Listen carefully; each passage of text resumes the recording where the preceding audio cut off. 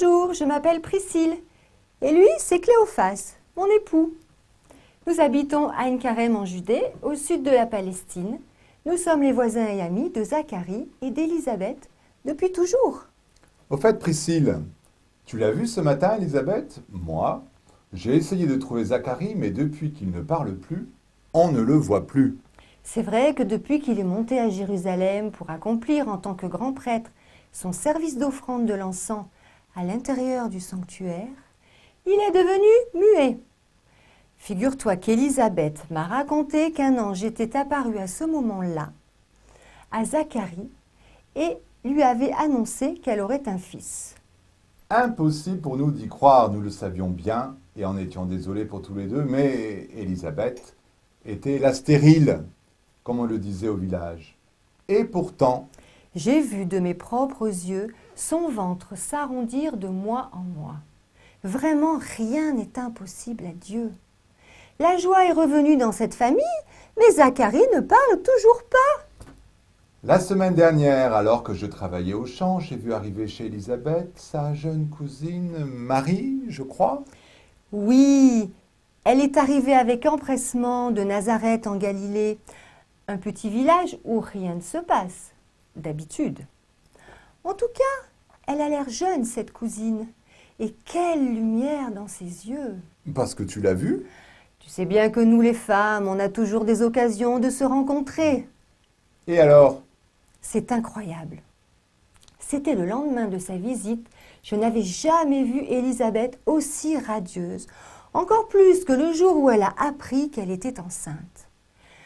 Au moment où Élisabeth a entendu la salutation de Marie, son enfant a tressailli en elle et elle s'est sentie remplie de l'Esprit Saint. Une visitation qui donne une joie plus grande encore que l'annonciation d'une bonne nouvelle. Comment cela peut-il se faire? À moins que derrière se cache un autre mystère. La visitation de l'ange à Zacharie serait-elle moins importante que celle de Marie à sa cousine? Pour nous, l'enfant d'Élisabeth est promis à un grand avenir. Serait-il le Messie tant attendu?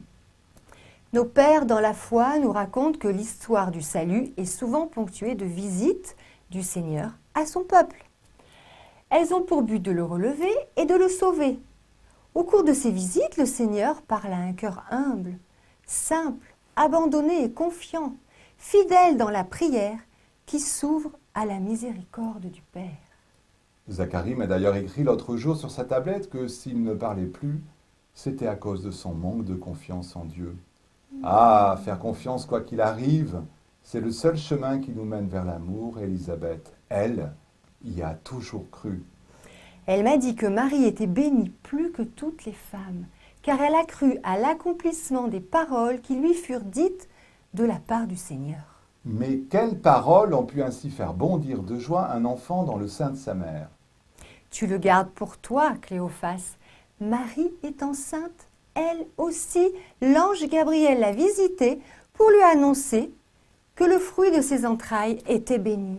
Ainsi donc, si je comprends ce que tu me dis, on a deux visitations, deux femmes heureuses de porter chacune l'enfant d'une promesse, un père muet et l'autre dont on ne sait rien.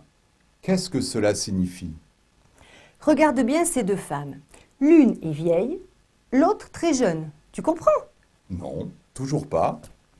Heureusement que les femmes sont là. Cela vous est difficile d'entrer dans la confiance.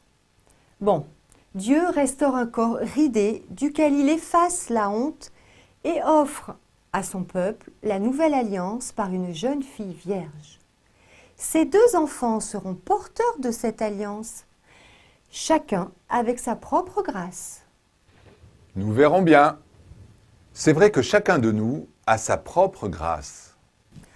En tout cas, pour la femme et l'homme de notre temps, ce récit revisité, empli d'allégresse, de confiance en la parole incarnée, est une invitation à nous laisser ensemble revisiter, restaurer, fortifier à travers le cœur de Marie.